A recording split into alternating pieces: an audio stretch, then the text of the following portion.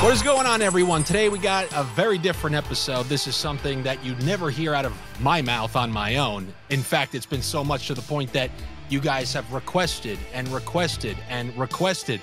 And I told you many times, you're asking me to talk about money management. I lived in Los Angeles. I pursued performing, and I was skating around, couch surfing, as they called it, for a while. You're really going to ask a Los Angeles-based performer their tips on money management?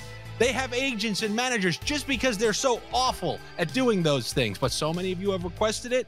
So I went to somebody who's doing everything properly in the world of profitable betting and managing the numbers properly. It's my old pal over at OddsShopper, Greg Ehrenberg. And you're somebody, I see your tweets all the time. It's just like, I feel like I'm Tony Soprano and you're that intelligent lawyer and money manager who kind of would have to steer me the right way. And that's what I'm bringing you on here for, to help me and some of these other people out, everybody who has requested me to talk about money management, bankroll management. These are words I've never said in succession on my own. So thank you so much for coming on to help answer some of my questions and their questions as well. Very much appreciated. Yeah, I feel like a lot of people ask for bankroll management, but they're asking like Saul Goodman from Breaking Bad when they're trying to figure it out in the betting space. So yeah, I'm happy to be the one responsible person that you have in your contacts list, Andy. You know better than anyone. It's parlays till the end of days. It's I want my hotel paid for. I want my whole mortgage paid for via a parlay. And I guess before we get into that money management, and speaking of parlays and doing things the way they're supposed to be done, you recently went online. I saw one of your tweets about you were kind of criticizing the people who put out mega parlays and then they share their ticket on Instagram, on Twitter, and people are praising, they're trying to praise themselves. And you said you guys are giving yourself up. The fact that you're hitting these boosted mega parlays indicates that you're a losing bettor because the winning bettors are always limited. So can you give it's kind of self-explanatory, but just a quick synopsis of why people like you get limited? Yeah, so if you are a long-term profitable bettor, you're going to get limited in some sort of way on the books that you play on. And that's going to be the case for everybody, right? We're trying to make money betting on sports, but the sports books are trying to make money as well. So if you do ever see somebody like Andy had said, because one thing that is important about bankroll management is knowing who you're getting your information from, what your goals are. So if you're seeing somebody who's like, I'm betting $10,000 per side and I'm betting these crazy parlays, that's somebody who's actually reverse limited, which is what happens is there's a set limit that a book like FanDuel will have for each market. And you could actually see what it is, Andy. If you are not logged into FanDuel and you open up the app, you know, you could see by placing like kind of a fake bet, not logged in, you could try to place $1 million on an NFL money line and it'll say max amount able to bet, you know, like $1,000, just making up a random number. But then when you log in, you could actually see what your limit is relative to the book limit, because if it says the max bet is $1,000, but then you go to place the bet after you're logged in and it says $10,000, you're 10x reverse limited. It means you're such a bad bettor that they have raised your limits. But if you're a good bettor, what's going to happen is it's going to be the inverse, where you might be like 10% limited, which is if the standard limit is $1,000, they might say you can bet $100. So I see these people on Twitter all the time who are like, hey, come tail me on my bets because I just placed this bet that won $100,000. If you go and you check by just doing that little like system check, not logged into FanDuel, and you see that you actually can't place that amount of money on that bet if you're not logged in, don't ever take information or advice from that person. They're not a good bettor. I saw a couple months back during the NHL playoffs, you bet it was just a prop. It was something, and man, they limited you. If you think, all right, they're limiting him, all right, what are they giving him, $100, $200? They're limiting you to like $14, like absurdly low amounts. And it's pretty crazy that they do that. Now, if you'll allow me, I'm going to critique you a little bit. Okay. So the same way Vegas, knows you, and you know Vegas, and you know the rules. Well, what does Vegas do when there are big losers? You just said they bump up the limits. Their offers are stacked. They have twice as many offers as your regular person to boost their parlays because they know this person's a parlay. You give them a boost. Now they're going to be parlaying everything. So they kind of massage. They almost want them to win here and there for the long-term, rope pull. Sure. I'm a little disappointed that you didn't throw decoy parlays in throughout these years. I mean, just throw in a decoy parlay to throw the dogs off, to throw the dogs off your prison break scent. Did you ever think about that along the way? Like, I better. And also, was the limiting progressive? Was it like, oh, now they're limiting me to 80 on the Ovechkin 3.5 shots on goal. Then a year later, now they're limiting me to 30 on the Ovechkin shots on goal. So I live in New Jersey, which it was either like the first or one of the first states that legalized sports betting. And when it first went live, a couple of things. First off, I didn't even know that this was a thing that could end up happening, was limited. Because I bet recreationally when I was younger, but I wasn't balls deep in it. I wasn't that well versed in different parts of the industry. I didn't know there was going to be a point in time where books were going to start limiting people. So it wasn't even something within my thought process. To me, it was always I just want to place the bets that I think are the best, that are going to make me the most money. And I didn't realize that down the road, that was going to be something that could potentially be an issue. Another thing too is, as sports betting was getting legalized and opening up, there was a point in time where it was Jason Robbins, who's the CEO of DraftKings.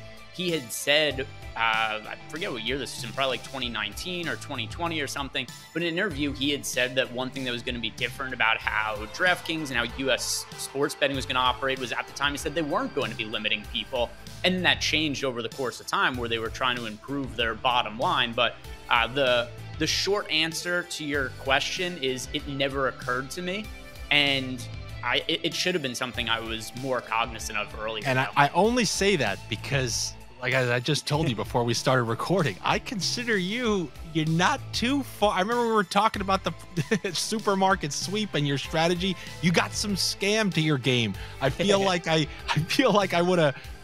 I don't know. I feel like that's something, but I do want to say thank you for biting the bullets for everybody else who probably now knows to throw some decoy parlays. And I wonder if, even if you do that, maybe they're still smart enough to program something into it to know it. Oh, this guy's just putting minus 800s in with the play that he likes to avoid, like the automatic detection. But anyway, it's good to know. Many people are unaware that limiting is even a thing, because the majority of people, as you know, are parlay pirates.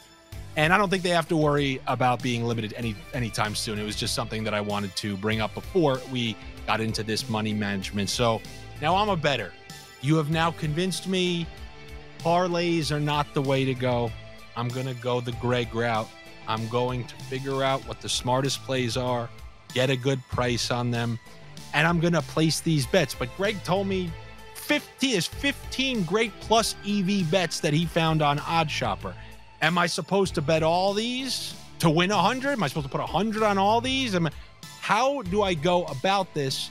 And is it something like they say in blackjack? When you're hot, are you supposed to up your bets?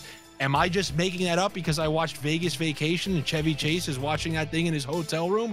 I don't know. So I was hoping, man, you can give me an idiot's guide, because this is something that I don't even know that if I will still care about after this video, but I do know that there are a lot of people watching who will care. So where do I start? How do I start with that bankroll match?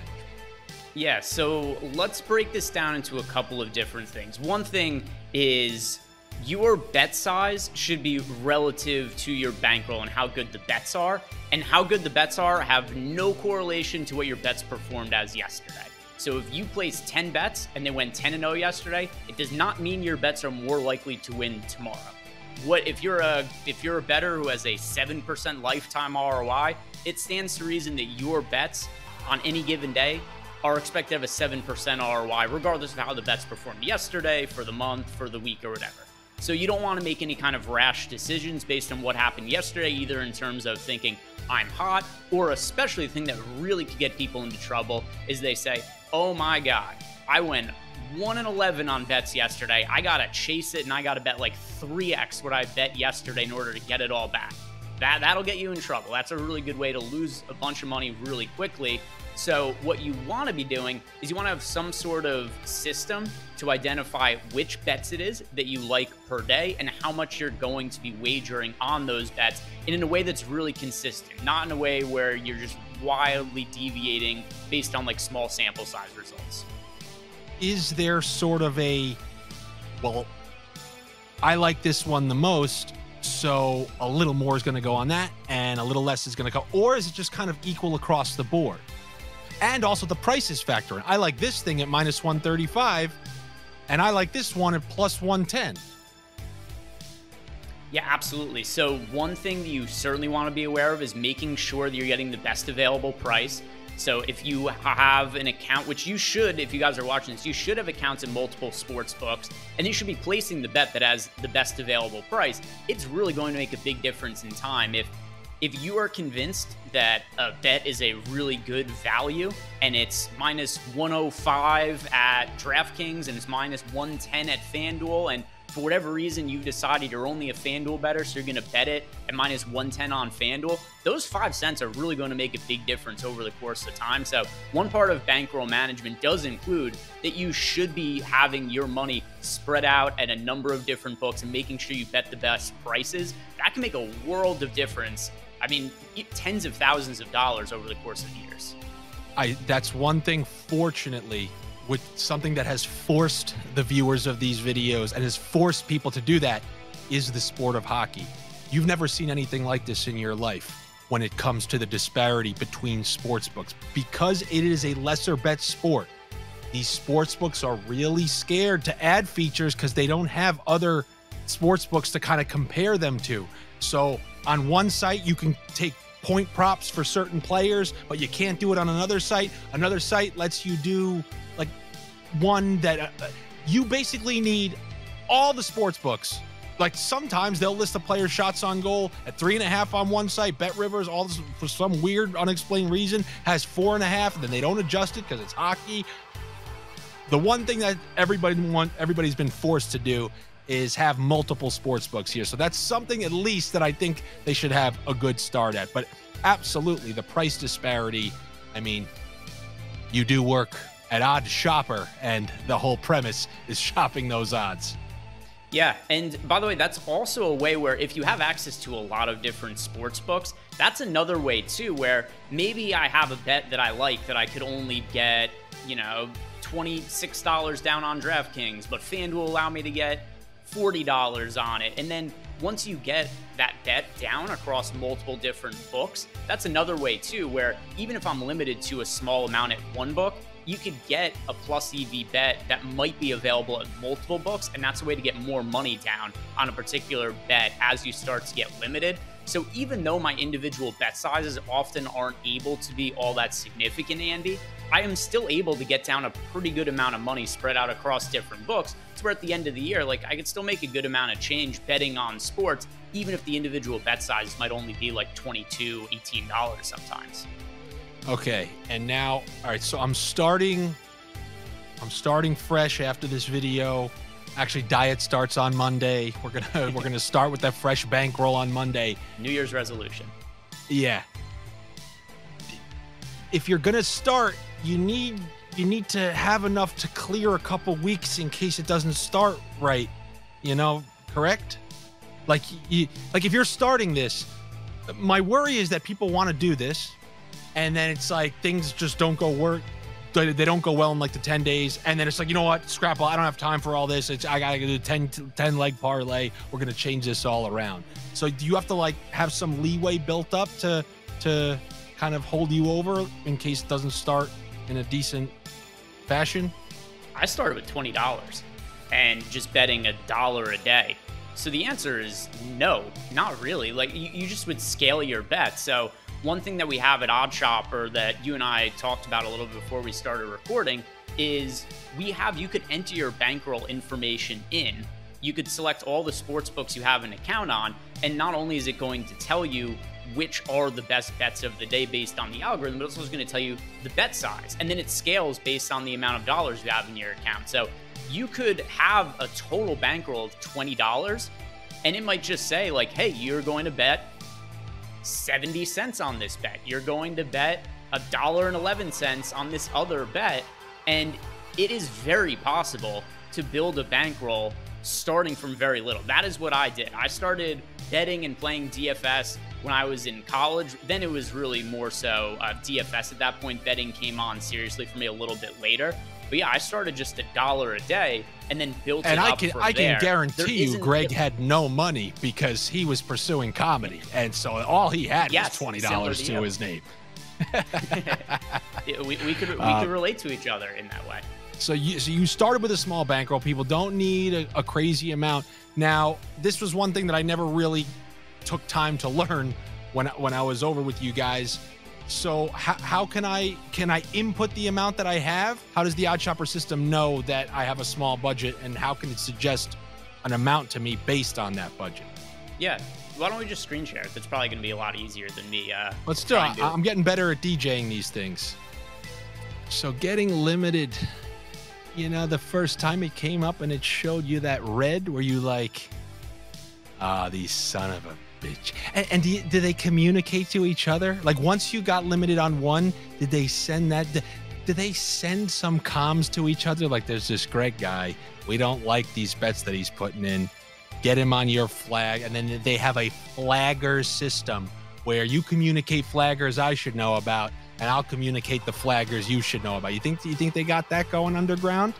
No, that sounds like a borderline slur though, just calling people flaggers left and right. But I think in the future that's going to be coming, but especially in the infancy of sports betting, I think they would have preferred other books to not know, because they want other books to be less profitable. Here we are, Jets at Niners. Let's start them up. You getting excited for NFL? Do you even get excited? I feel like you're becoming a robot. Do you get excited for sports anymore? Oh, for DFS? Hell yeah. For like when I get to play NBA DFS where I make a lot of my money, yeah, I get really excited for it. Especially the start of seasons. Good. Even the start of baseball, I get really excited for. And then you get midway through the summer. It's like, when is basketball and football going to start? But yeah, I definitely get excited for, not in like the same way that I think other people do, because I'm not like, oh my God, I can't wait to watch the Giants play. It's more so like, I can't wait for somebody to get late scratched and for me to re-upload my DFS lineups. I can't imagine many Giants fans can't wait to watch the Giants play this year. So let's just let's do a mock-up here, and yeah, it's a Thursday. Most of the baseball games are already played, but there are some football bets that are up here for the future as well. But just give me a random bankroll amount that you start with, Andy. Whatever you want it to be. I don't want it to be me. I'm thinking I'm a regular guy. I'm watching YouTube videos. I think I got $200 to gamble this week. Okay. So you put in $200. Something else also you always want to be doing if you're somebody who's a newer bettor is you want to take advantage of any sign-up bonuses, right? Like a lot of these books do stuff where it's like deposit $20, place a $5 bet, you get $200 in bonus bets. Easiest way to start building your bankroll, take advantage of all of those. Then you get a bunch of extra money in your pocket without doing anything. You just open an account, you gave them your information, and all of a sudden you got a few $100 extra bucks. You want to know how you can access those? I actually have the ones OddsShopper gave to me that should be down in the link. So make sure if you want, you do Greg a favor and me a favor by taking advantage of those. Or if you want to, you can wait to let it rip during the NFL season. But definitely those ones. Oh, if there's a new sports book in your area, those Bally bets and those other ones, take advantage of those as well. So I put in the $200 bankroll here, and that's something also you could change every single day. So you keep your bankroll updated, you have all your bets tracked, you know how much money you have. So let's say today you had $200, and maybe tomorrow you have like $250. You put that in, and some of the bets are going to scale with how your bankroll changes. And then also keep in mind that once we get into like football, basketball, baseball is over and more of the major sports have started, you could log into something like OddsShopper on a given day, and there might be 200 plus EV bets that are available. For right now, there's a handful of them, though. And when you put in your bankroll information, it is going to tell you the number one, number two, like all the top overall bets on the board, what the odds are, the book that has the best available odds, and then based on your bankroll size, the dollar amount you should be betting. And that's going to take into account the amount of dollars you have in your bankroll, and then as well as the probability of success of that individual bet. Okay, so as you are winning, the bets are scaling up. Correct. So, for example, you'll see here, we had the $200 bankroll. Let's say you've been grinding it out for a few months, you've grown it to $2,000. You'll see right here the recommended bet sizes. They are going to multiply there because the bankroll has grown. So right here where it's suggesting Mick Parkin on a $200 bankroll, that is a $2 bet. But if you had a $2,000 bankroll, it's recommending this bet would be a $17 bet. So this is like an easy way for you, if you don't have any of this sort of mathematical skills on your own, you just want a system that's going to do it for you, you can enter your bankroll into something like this, and it'll tell you which bets to place in the expected dollar amount for the best return. And where do you draw the, like how many roughly would I be taking a night? So it's all going to depend, right? So like in the middle of the summer, you and I are recording this video on a Thursday. There was 6 afternoon baseball games. There's 1 night game today, and that's it. That's all that's going on. You can't sit at your computer and be like, I'm placing 15 bets today. They don't exist. There's just not that many bets on the board. We got 1 baseball game tonight and nothing else happening. If you're committed to placing a certain number of bets, you're going to get yourself in trouble in one of 2 ways. Either you're going to force yourself to bet things that are actually not expected to be profitable bets, or if you have a set amount of bets that you are just saying you have to place, you might miss out on profitable bets because saying I'm only going to place X amount of bets per day, and there might be more of them that are good to bet on a given day. And that's also something that's helpful because if you have your bankroll information entered in and there's like 50 good bets, you actually would rather have $51 bets than just pick one of them and place $50 on it, because you're going to really be mitigating your risk and spreading out. Kind of like, if you take any economics class, they're going to talk to you about diversifying your portfolio and the best way to invest. This is those same kind of theory. It's kind of like, people probably get upset when you tell them this, but it's like when people try to force bets on primetime football games because it's the only game that's on. And yeah, that's probably where the least amount of edge would be. Like, here's a game and now you're forcing yourself to see what you like, opposed to having your whole board before the weekend starts. And if one of the bets happens to fall in that game, then yes, it's a good bet. But then just looking at that one game by itself now, you're really trying to force yourself on those Ayuk yards after a holdout. So basically the amount of bets you would put in is contingent on the number of events that are going on, and then the opportunities that arise within there. But I guess ultimately it comes down to the person who's betting. And also, one other thing to add, there's actually nothing, this might seem controversial, and it probably is to a lot of people, but there's actually nothing wrong with having your entire bankroll in play in a given night under certain circumstances. Because if your bankroll is $200 and there might be a day where it's football on Sunday, there's also like maybe 12 basketball games that day, maybe there's baseball going on at the same time as well, there might legitimately be 100 plus good bets in a given day. There is not an issue with taking 100 bets. You're putting like an average of $2 on each of those bets. They're not all going to lose on a given day. They're all independent events. Whether you bet $200 in one day or you bet $100 on Sunday and $100 on Monday, you're still placing the same bet amounts. So you do want to be able to get down as much as you can on different plus EV bets that you can in order to really give yourself the best opportunity to, number one, grow your bankroll, but also if you're spreading it out that thin across a lot of bets, it's not as risky as a lot of people would think it to be. Yeah, of course. I mean, like if it's on that many bets, it's no different than if you spread those bets throughout 100 bets is 100 bets. If you're putting it really shouldn't matter all that much. Okay, so that makes sense. So scaling your bets based on your bankroll, which you can do even on a day-by-day basis. Do everything in your ability to avoid those parlays. Span throughout multiple sports books. What else should I be factoring in, if anything? Do you got to put some away after you win some? Like, do you got to, put some in the bank? Like, what, is there checkpoints? Like, once we get to 2,000, do I cash out 1,000 and now I start back to 1,000?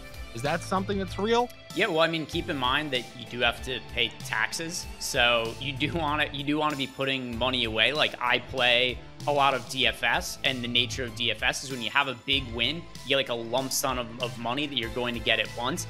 And yeah, you want to take some of that and put it away and not just spend it, because if I win a DFS tournament for $100,000, I know that when I'm paying taxes, like 35 to 40,000, that is going back to the government at the end of the year. I can't all of a sudden get a 1099 from DraftKings that says I owe X amount of money and just be like, but I already spent it on whatever. So yeah, you actually do at certain times want to be putting some of it away for taxes.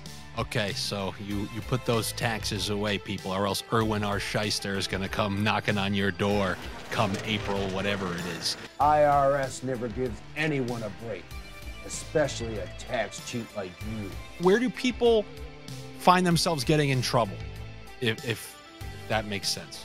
Yeah, so where I'd say people get in trouble is probably the thing that we led off with at the top, is people just scaling their bet sizes based on nothing of significance. So things like chasing losses or chasing wins, where you're just like, I won yesterday, therefore I'm going to bet more money. It makes sense to bet more money if your bankroll has increased, therefore your bet sizes should increase, but not to the point where it's like I'm doing it in some sort of outrageous non-mathematical way where I'm just betting more money for the sake of betting more money. So that's probably the number one way that people get themselves in trouble. The other way that people are getting themselves in trouble is just thinking that they know everything and just saying like, oh my God, there's no way this guy won't score 25 points. Yeah, there's a way. He scores less points than that. So if you're just kind of betting based on nothing other than like intuition, yeah, that's something I think a lot of people kind of get themselves in trouble with. I'm not going to blame them too much, because yes, you get plenty of blame if you consistently are thick-headed and then you don't realize the errors in your ways. But there is, to a certain extent, you have to balance the enjoyment levels. I like to call these gas station Mega Millions tickets. Like, you want to feel like your numbers won the Mega Millions for you, opposed to just, so I do sympathize with people who want to veer more towards like their intuition and their bets and stuff like that. But still, even if they do that, they can be responsible. I'll tell you, interestingly enough, the one event for me, because Lord knows I was a stubborn guy, the one event for me that I still don't know how it happened. I still don't know how it happened, and I truly can never now say that something can or can't happen in sports. The second half between the Bengals and the Chiefs, when the Bengals went to the Super Bowl, I still have no clue how that happened. Now, even more so in retrospect, where the next year, the Chiefs just, were beating the crap out of everyone. They win a Super Bowl. Next year after that, they come back. They go on the road to Buffalo. They win. How the hell did they just go touchdown, touchdown, touchdown, touchdown in the first half, and then nothing in the second half and lose? And it's not even like I lost a lot of money. But if the Grim Reaper came with the hammer and a sickle, I would have said, listen, man, I'm living comfortably.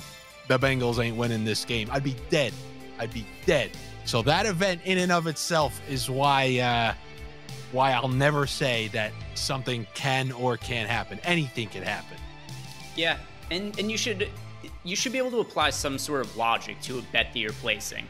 In a sense of, like, you bet a lot of hockey, Andy, right? People who are on your channel know this, and you brought up before, which I don't know if this was part of the recording or if this was part that is cut off or whatever, but you had mentioned that in hockey betting, there's a lot of news that breaks over the course of the day. Guys change lines.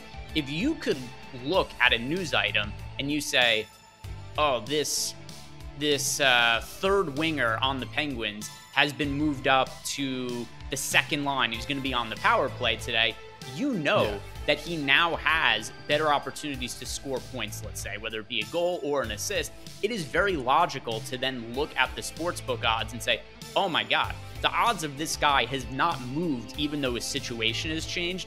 That is value. It doesn't have to be that you're sitting there and doing some sort of mathematical formula like I might be doing. There are things that you are doing as well, which are considered plus EV. Those are good, smart bets. There just has to be some sort of logic applied other than just like, this is what I think is going to happen based on nothing really. Yeah, 100%. I'm always happy to talk about that. And I really think that you would make beyond a killing in the NHL because there's no roto world.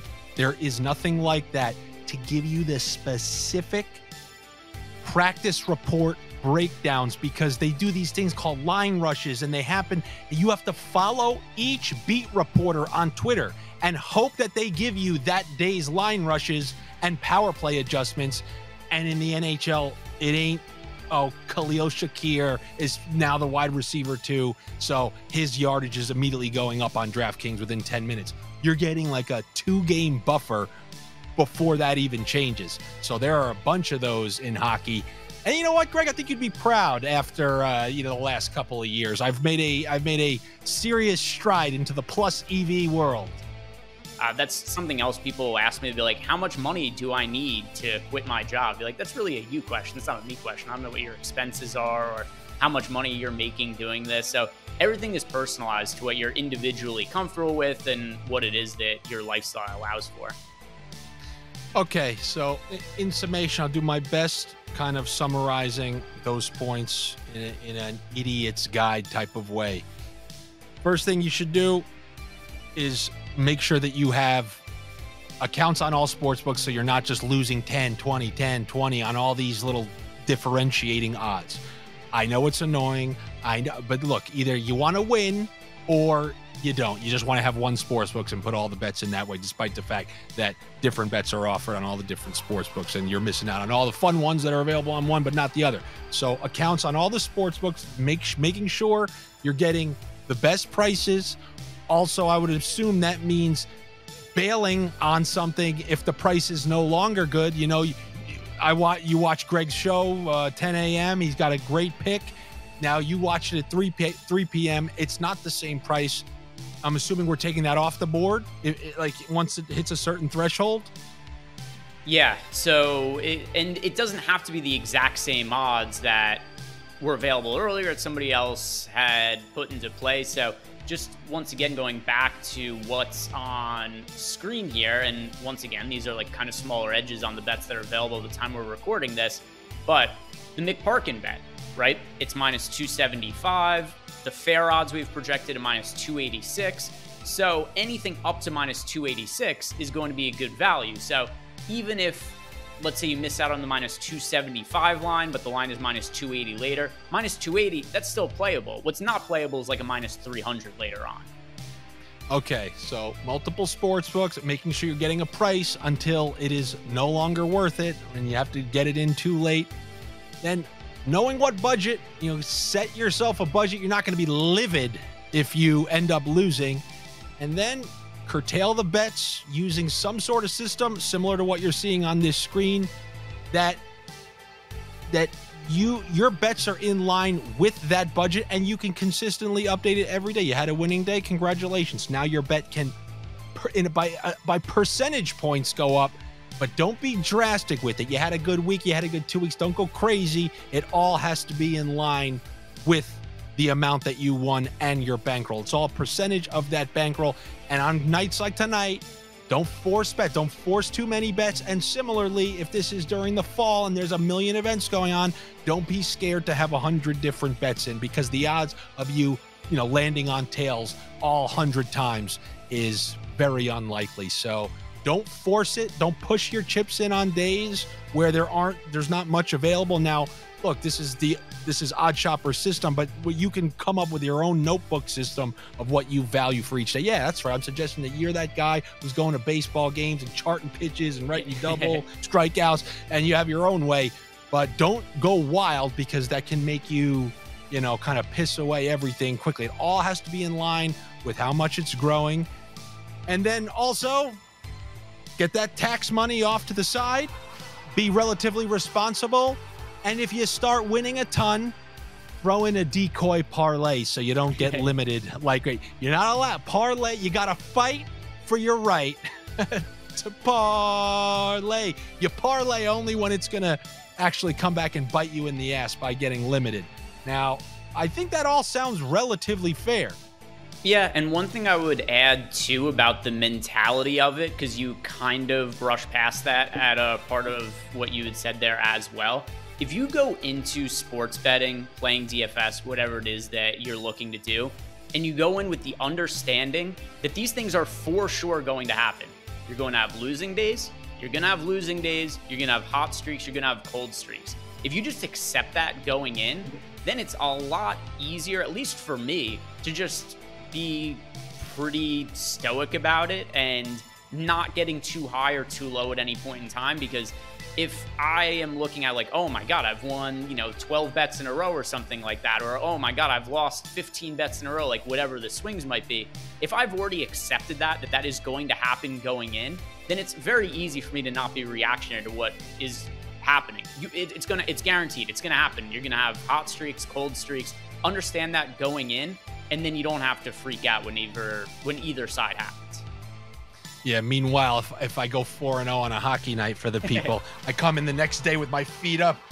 How are you guys doing? Gold chains. You got Andy's wearing a crown. Might be a Burger King crown. The reason you're seeing a relatively tight shot on me and not too much, because I got a whole bunch of things being built for next season. So you want to talk about how to spend money like an asshole?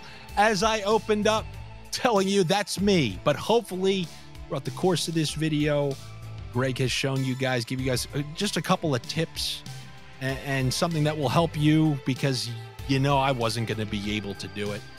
You can get OddsShopper. You don't want to get it, but if you're really dead set on mastering this bankroll management, there's a legitimate tool there to help you. And as always, I always leave the OddsShopper link down below if you guys want to sign up for OddsShopper Premium, or as I like to call it, Area 51, where this is one of the many things. This is a lot of their, this is a lot of their alien technology they got down there. They reverse engineer anti-gravity propulsion, and they give you a solid money management system.